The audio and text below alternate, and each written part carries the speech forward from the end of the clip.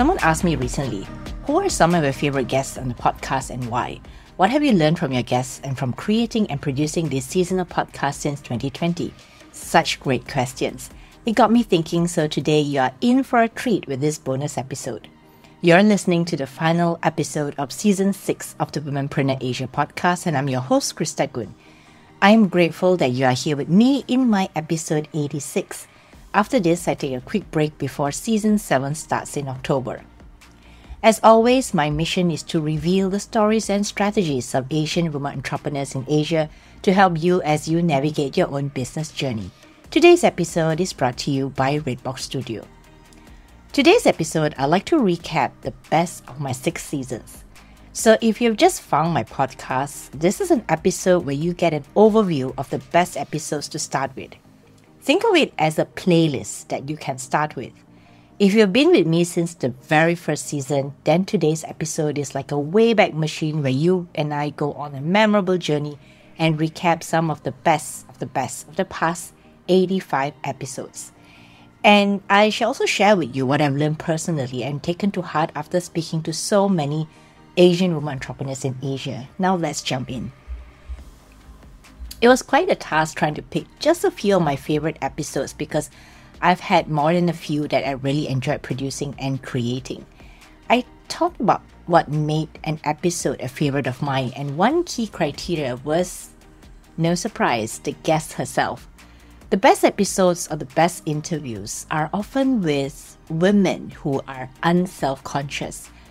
By that I mean, they're confident in their own skin, they know that they're human, and despite the incredible success, they have no airs. They're also fun to be with, and they're open enough to talk about their fair share of challenges and problems in the business. And in short, they really don't try to hide their true selves. To me, a great guest is really like a great friend. When I get on a preliminary call with a guest who has been recommended to me, I instantly know if the guest is worth the 1 hour that we will spend together. You cannot fake rapport, and you cannot fake approachability. And here's what I learned about myself. I can't pretend to like someone either.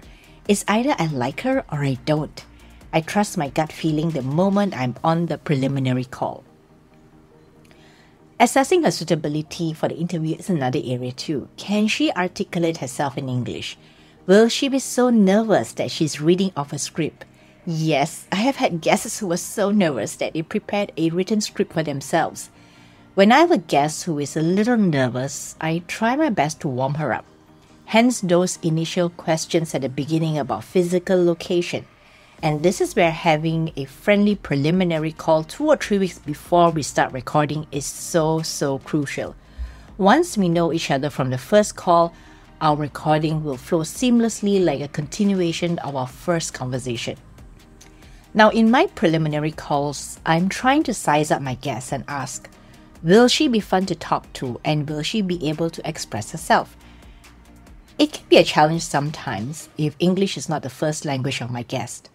I know I can probably get a good interview if I spoke my guest's native language, but unfortunately I don't speak all the Asian languages. So that's a huge challenge for me and something that I hope to work around. So if you have any ideas or suggestions about this, do let me know. I used to describe my podcast interview as a fun and no-holds-barred conversation between 2 women about starting a business or running a business. When I get our recording session smiling to myself, I know it's going to be a fun episode for you to listen to. So, which were my favorite episodes throughout these 6 seasons? Well, in my first season, I interviewed a number of friends, so it was easy to instantly dive into a conversation about business. Here's where I find that friends can be your biggest supporters. I remembered calling Marissa one day and telling her that I'm going to start my podcast and would she be my first guest? Immediately, she said yes. No hesitation whatsoever. That counts as one of my favorites. Check out my interview with Marissa Ng of the Spark Group Asia, where she talks candidly about her early days as a business coach. And then, of course, there was my friend Dr. Vimi Ramasamy, who is the CEO of Stravik Business Consulting. We have been friends for so many years, and it was an easy interview where I asked her what pushed her to go from corporate, where she was for more than 20 plus years, before she ended up starting her own consulting business. I also enjoyed my episode with Anja Julia, the founder of Athena Holdings. Her social enterprise business provides washable pads to underprivileged girls. But she started just like all of us. No one knew who she was, and she had to fight for what she believed in. The backstory to Anja's story is that Anja and I were both classmates in secondary school. We lost touch after we each went our ways after Form 5 and reconnected when I started my podcast. In fact, she was recommended to me by another guest who had been on the podcast. And what I love about her story is the tenacity and persistence and her belief in herself and her washable sanitary pads. She started a business out of a desire to earn extra income, but eventually she made a mission out of the business, although she herself could not sew. She never gave up despite the criticism and negative feedback. And in her episode, she recounted that she secured a deal in Paris, although she didn't even have money for the trip initially. That one deal transformed her entire business. So I highly encourage you to check out Anja Julia's episode to listen to the stories she told about the early days of establishing her business. Another favorite of mine was interviewing Indonesian entrepreneur Zafira Lobis. I met Zafira in 2019 when we were both in Oahu, Hawaii, during the leadership program that I had attended. And yes, that was the leadership program where I pitched the idea of starting a podcast. Zafira was a participant of the program a few years before, and she was invited back to Hawaii to share her story. Her story was so compelling that when I came back to Malaysia, I reminded myself that I had to get her on the podcast when I started my podcast. What was interesting about Zafira is her personality, extremely smart, resourceful, generous, and collaborative. I believe that it is these traits of hers that has helped her become one of the most recognized entrepreneurs in Indonesia as the CEO of Babylonia. Zafira, who is a former lawyer, started Babylonia out of her own need for affordable baby care equipment. When she was pregnant with her first child in 2014, Zafira and her husband were making a list of baby equipment to buy, only to realize with dismay how expensive everything was. This problem prompted them to look into starting their business called Babylonia, which is a baby equipment rental business. During the pandemic lockdown in Indonesia, they turned what was potentially a reduction in business to even greater visibility with a great idea. And then another fabulous business idea popped up too when their website came crashing down.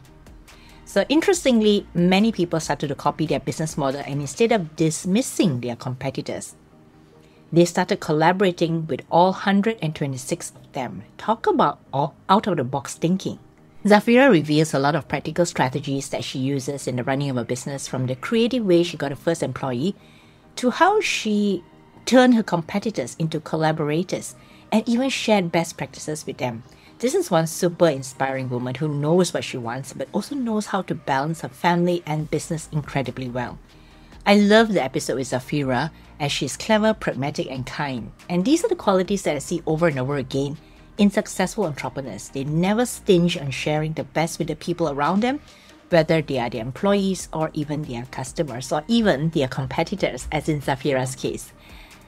Now, in Season 2, I spoke to the affable and down-to-earth C.Y. Hun, who is the CEO and co-founder of Juristech, a Malaysian fintech company that provides solutions to the banking industry. Now, I was introduced to Y Han through my cousin David, who encouraged me to speak to Y Han since she had accomplished so much in the fintech world. I followed David's advice. Thanks, and a big shout out to my dear cousin. In this episode, you will hear the extremely engaging and fun conversation we had, even though, and this I absolutely swear, we had just met about 10 minutes before we hit the record button. This was back in the early days of my podcast when I didn't have much of a process. Nowadays, I follow a very clear process that takes a lot out of the guesswork, so I leave nothing to chance. She was amazing to talk to as she's extremely down to earth with a refreshingly curious yet sharp mind and a deep-seated humility about herself, her background, and the business that she's running. Despite her fame and success, Y Han still considers motherhood her biggest accomplishment and milestone. She is a mother of 2 lovely girls, noting that she had always wanted to be a mother and even said that her ambition was to be a mother. I love that raw honesty about Y Han, and I think that is what makes her one of the most fun entrepreneurs I've interviewed on my podcast. You can find Wai Han's story in episode 1 of season 2. She openly shared her heartfelt thoughts and experiences that were fascinating, as well as thoroughly inspiring, from the challenges of growing a business from 20 people to 300 people, and how she came to start her business during the Asian financial crisis in 1997. And the reason was totally surprising, and even I was surprised by what she said. So, after that, I spoke to another Malaysian entrepreneur called Charlie Koh. And Charlie Koh is in season 2, and she's also one of my favorites because one of the funniest things Charlie said was, "I am not afraid of ghosts because there's nothing more scary than payroll."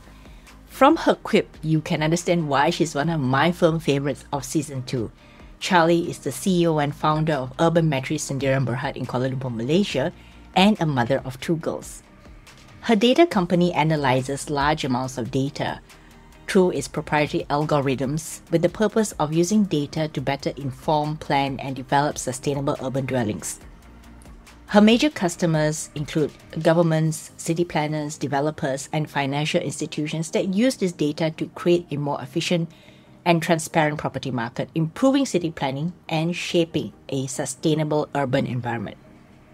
Now, in our episode together, you will hear some fascinating yet honest truths from Charlie, such as what happened when she started with her naive idea, and that didn't stick even after she threw so much money at it, and that was her first business idea, and how she decided to transform her business from a B2C to a B2B business, and how the realization came to her, and surprisingly, it didn't involve asking for feedback. So that was really interesting. How she stopped marketing, and where, if not all or most of her customers or clients come from now.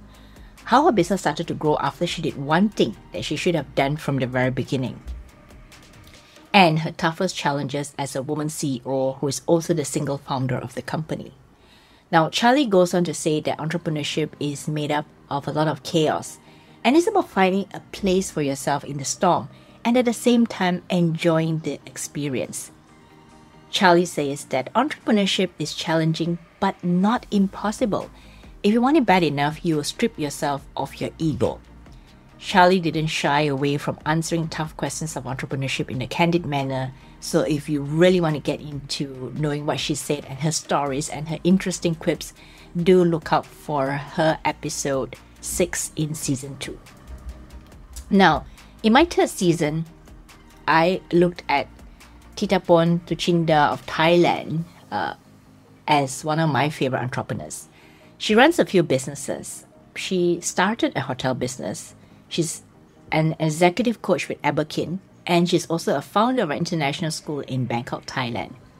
Now, at first glance, it seems that these are wholly unrelated businesses. But as we spoke, I realized that each of these businesses tap into Titapon's true intention and love for learning and education, although in different forms. She started her hotels in 2014, the Chiang Mai Riverside and the Chiang Mai Old Town. 2 years later, she founded an international school where her children are also the students. Titapon says she went into business after working for 12 years in the corporate world of McKinsey as a management consultant.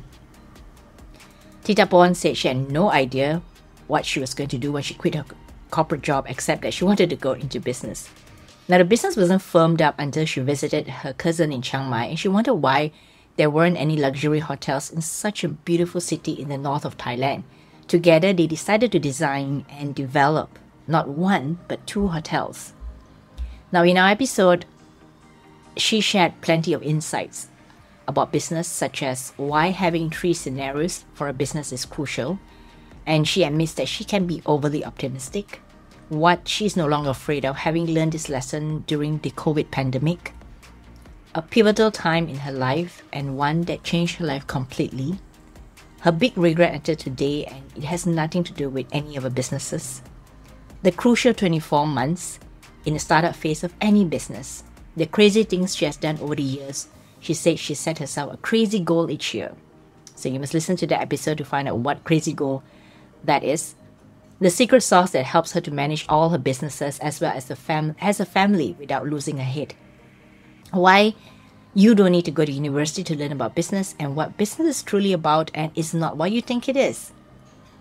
So Tuchinda said, I didn't have a plan, but I was confident that with the experience I have and the mission that I have, there will be something for me to do. And I was also quite strong and determined about starting my own business. I knew at that time that I would not go back into corporate. There were a lot of corporate job offers for me, and I declined all of them. And her advice for entrepreneurs: to be a successful entrepreneur, says Tuchinda, I think you need to get excited by a concept. And also it has to make sense in terms of business model. Like, how am I going to make money and how am I going to lose money? And then the third is just pure passion. I guess for building the business, go after the concept that you love. Now in season 4, I had a few film favorites. It was a bit tough for me to choose, but eventually I narrowed it down to this few. So Michelle Horn is the founder of Mom Boss Academy, and she was a pleasure and a delight to speak to. She was articulate and funny and not one to shy away from recounting her entrepreneurial mishaps. From starting a salad and soup bar to blogging as a mommy blogger, Michelle has done it all. And more than 10 years ago, Michelle was a new mom to a 6-month-old baby, but she wanted to be more than just a mom. She was yearning for a purpose. She said to me, and I know that I deserve so much more, and I know I could do so much more. And I'm like, let's just find a way that I could make an income from home. She had initially started a soup and salad bar cafe, but had to scale it down to a kiosk in the food court because of a lack of foot traffic at her old location. That aside, she knew running a food business kept her away from her family. When she chose to be a stay-at-home mom after giving up her food business, she knew she had to find a way to make money. And so she started a blog dispensing motherhood and pregnancy advice. It grew into a maternity concierge business, and soon other moms were asking her how she did it. What I like most about Michelle is that she evaluates business decisions through the lens of her family. Her priority is, first and foremost, her family. If it takes away too much time from her family, she would say no. What I learned from Michelle is that it's really not about putting in more hours. You could be slogging day and night and never get to where you want to be. Michelle learned that it's about getting your clients to the results they want, and it has nothing to do with how hard you work as a business owner. She came to this realization one day when she contracted dengue fever. She paced herself and worked fewer hours than before, and remarkably, her revenue had grown bigger, not smaller. This truth hit her hard, and she realized that she was carrying around some unproductive beliefs that was not helping her to grow her business. Now, it was such a wonderful episode because it brought out the question, what false beliefs are we all harboring? Are these beliefs true? Can we test these beliefs and see which ones hold true or which ones don't? Now, one of my own beliefs was that I have since abandoned is the hustle culture that you see so much in the world of entrepreneurship. When I got into business, every waking moment of my life was about networking, working, or prospecting. I felt guilty when I weren't doing what entrepreneurs were supposed to do. I felt guilty for not doing business stuff. But over the years, I realized that growing revenue has nothing to do with the culture of hustling or being busy all the time. Growing revenue is about being deliberate with your resources, knowing which sales are worth making and which clients are worth taking on. I think I had a few favorite episodes in season 4. And of course, besides Michelle, my other film favorite is a Filipina woman who became a startup founder in her 50s. Now, it is definitely an achievement because she came from years of working corporate but found a problem worth solving on a large scale. And this is what I love about entrepreneurship. A lot of times, the problem is just right in front of us, and all we have to do is really pay attention and observe, and to look into our own experience and see what we can offer and whether we could turn that into a business. So, Jocelyn Fantastico of the Philippines shows that you can start a business even if you spend most of your time working in the corporate world. She gives us all hope that there's so much to do even if you're in your 50s and your friends have all begun to retire in earnest. This courageous woman started a software company that keeps money in check. But at its heart, it is really about the bigger concept of wealth, money management, and investing. After working in Singapore and Indonesia for decades, she returned to the Philippines to start her own software business named Olivia, a milestone she is most proud of. Jocelyn says that the genesis of the name is from the olive tree, and the olive tree lives for at least 500 or even some 1,000 years. She emphasizes that money management is all about stewardship and making sure that you're passing on wealth to the next generation. She talks about knowing where your money goes, whether you are an individual or a small business. So she shared about the startup lessons she learned as she built her startup and how she had to change the ways she thought about putting products out into the market. We also discussed why women don't talk about money as openly as men, and she went back into her own past and realized that she needed to be open about money with her own daughter. She reveals some really smart strategies about teaching her daughter how to invest, ultimately giving her a head start with money, and how she has transformed her own daughter's relationship with money and wealth. Now, Jocelyn's advice for startup founders is spot on. She says, don't be afraid to launch and just learn as you go along. There's this famous quote by Reid Hoffman, who is from LinkedIn. He said that if you are not embarrassed by the first version of your product, you have launched too late. And that really stuck in her mind. That was her first learning, that she doesn't have to have everything all figured out when she launched.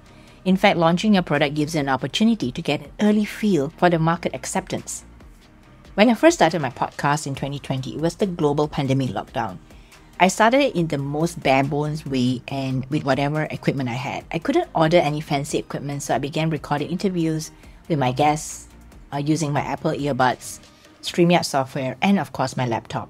That was all it took. I couldn't bemoan the fact that I didn't have the top-of-the-range microphone or the best editing software, but I didn't. I just began with what I had. And yes, if I listen to my season 1, I cringe because I sound so different back then. I sounded so unsure of myself, and yes, I'm so embarrassed by the first version, but you know what? I'm keeping those episodes as a testament to my own progress. And that's true for any product that you put out there. Perfectionism isn't going to get you any points. It's better to put your product out there and get feedback and improve. And one day you look back and be impressed at how far you've come. Now, another gem in season 4 was a Thai entrepreneur who had used her past experience in branding and marketing with global brands to grow her own skincare business. And I love this story so much because I love marketing conversations, and this was a real marketing conversation because in my business, we often consult and help other businesses with marketing. And so when I got a chance to talk to Thai entrepreneur Kanyachat Latanapaipun, or fondly known as Elle, I had a really fun and fabulous time. So Elle is the CEO of Maison Royale and the co-founder and CEO of Her Highness, the #1 clean beauty skincare brand in Thailand. She calls it clean beauty because there's no harmful chemicals in her products. Now, Elle recounted that when she had a mentor in L'Oreal, she had asked her mentor for advice about succeeding in the business and beauty space. She said that her mentor gave her some really golden advice. She said that you have to start in a market that you're familiar with, where you are born. You know it by heart. You do not need to learn anything. You have your connections. So Elle remembered these words. She said that if she were to start her beauty brand and wanted to succeed, she would have to start in Thailand because, in her own words, I understand Thailand thoroughly and I have connections everywhere in Thailand. And here's what's fascinating and yet true. Many entrepreneurs start their businesses because they wanted to solve their own problems. And Elle is one of them.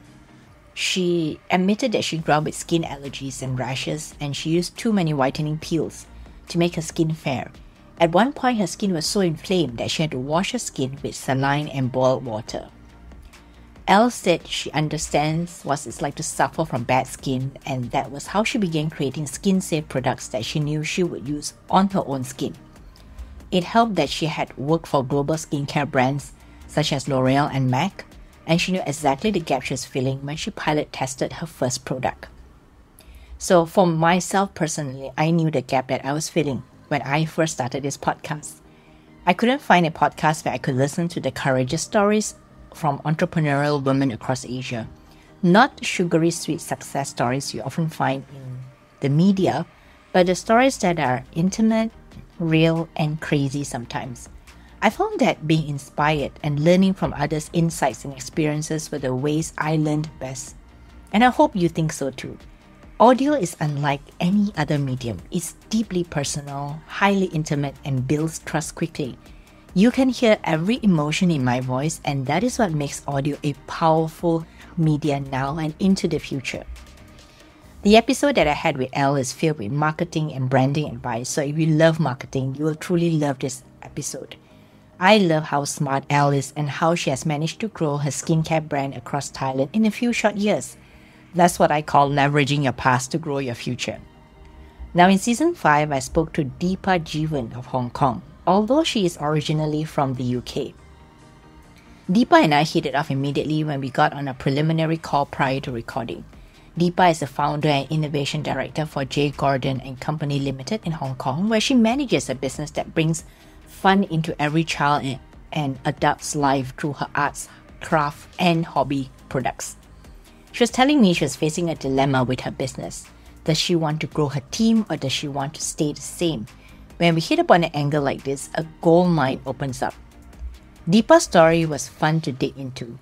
Despite graduating from the London School of Economics, she didn't want to go into banking or consulting, and at 26, chose to start her own business.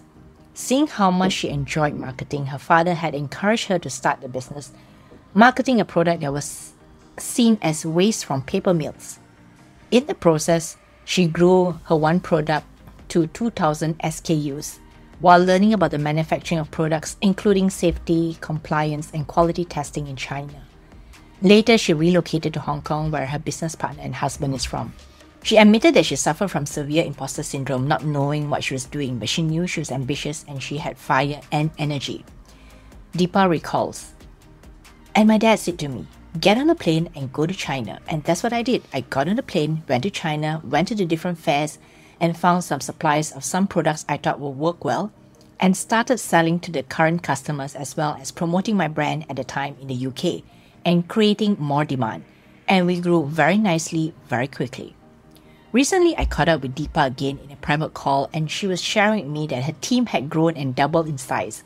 And while she had some fears about losing control, she eventually realized that growing the team was one of the best things she did as a business owner.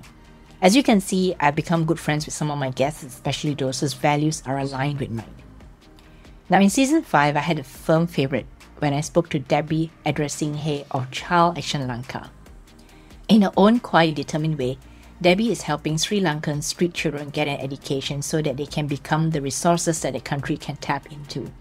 When I spoke to Debbie, the Sri Lankan crisis was happening, and I remembered asking her if she had planned on leaving the country. After all, she had the means to do so. Debbie said that the children of Sri Lanka needed her more than ever in times of crisis. She could leave, she said, but she preferred to stay and do what she could with her team.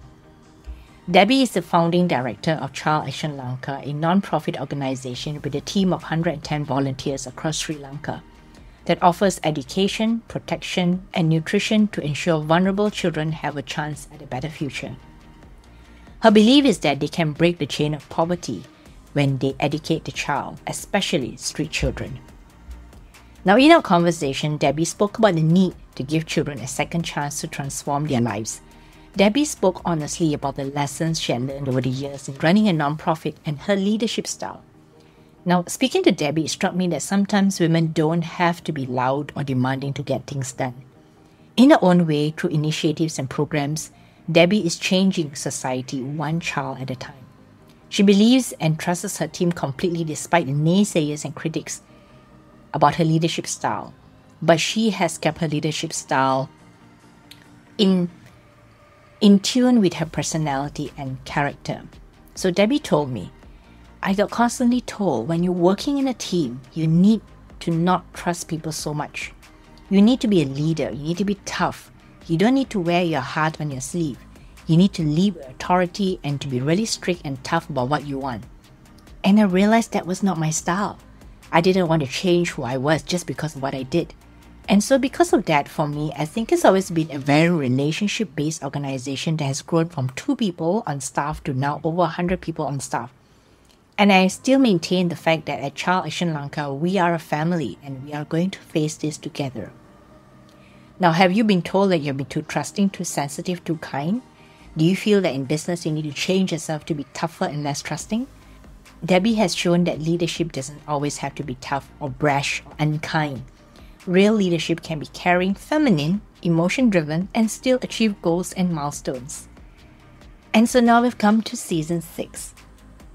In Season 6, I have a few favorite conversations. Now, of course, one was with Mikey Doyer, and it happened really on a whim. She had reached out to me, and while we were chatting over Zoom, I asked if she would like to share about angel investing. I know she's not Asian, she's Dutch by the way, but her angel investor network funds Asian women startups. Since the season began in March, what better way to kick it off than by having an International Women's Day special? Mikey shared so many remarkably good tips in the episode, so if you're looking for funding as a startup founder and want to know what investors are looking for, check out episode 1 of Season 6. Our conversation flowed bright and easy, and before I knew it, Mikey and I continued talking about funding in episode 2, but we flipped the conversation by focusing it towards women who have money. What if you have excess money and want to invest in women startup founders? What do you do? Where do you start? How much is really needed to become an angel investor? And of course, what are the risks involved? Next, I really enjoyed my episode with Celine Lin Lee of Vietnam. When I speak to Vietnamese women in business, I'm awed by their grit and perseverance. Celine is with Vietnam Dental Tourism based in Ho Chi Minh City, and she was kindly introduced to me through our collaboration partner in Vietnam, For Good Vietnam. Through Vietnam Dental Tourism, Celine created an ecosystem that pulls together dentistry players in Vietnam, including overseas dental partners, to create a medical tourism business that positions Vietnam as the go-to country for all your dental needs. What I found amazing is that she isn't just an ecosystem builder, which by itself is a huge effort, but she also brought in her sustainability lens.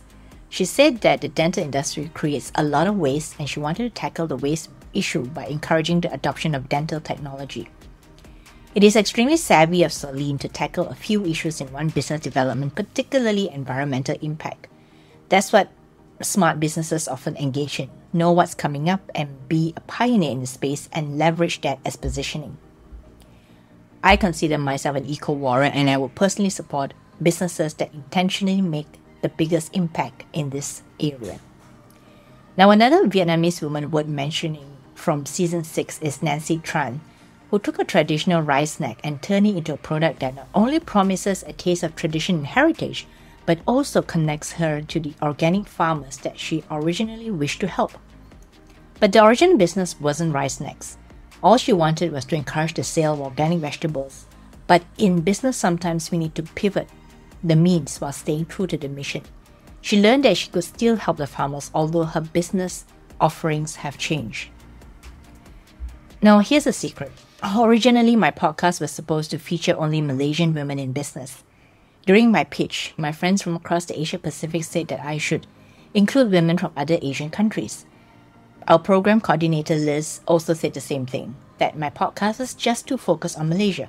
I should consider expanding the niche to focus on other Asian women in Asia as well. And I took that advice seriously, and my podcast is now the better for it. So thank you to Team Audacity from Changing Faces 2019 program, who pushed me to grow beyond my own comfort zone. So picking my favorite episodes from each season was harder than I thought. I decided to stick to a few per season, otherwise this episode will go on for a while. But I hope these few favorites help you see that all of us have plenty of lessons to learn from other women. Our trajectories may be a little different, but we can still find hope and optimism in each and every story. Now, a quick recap in case you've missed some of these favorite episodes. Marissa Ng of Spark Group Asia, Malaysia. Dr. Vimi Ramasamy of Stravik Business Consulting, Malaysia. Anja Julia of Athena Holdings, Malaysia. CY Han of Juristech, Malaysia. Zafira Lobis of Babylonia, Indonesia.